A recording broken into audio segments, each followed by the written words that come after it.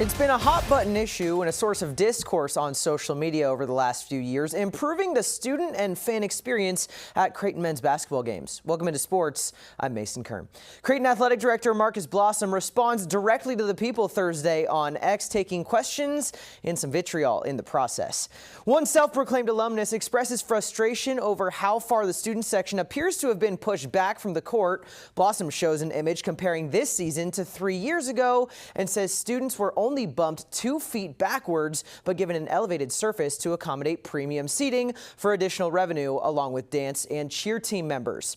It continues with one fan questioning the hype song during starting lineups. Blossom admits he isn't in love with it either, and while they won't bring back the old one, he's open to suggestions. Some question the student section's placement behind the basket, unlike how other schools put it on the sideline. Blossom says Creighton runs a different model, emphasizing the assumed financial impact of the group that currently occupies that area. He wraps up the discourse this morning, thanking the fan base for its feedback. He also calls for fans to keep perspective and to be proud of what's currently in place.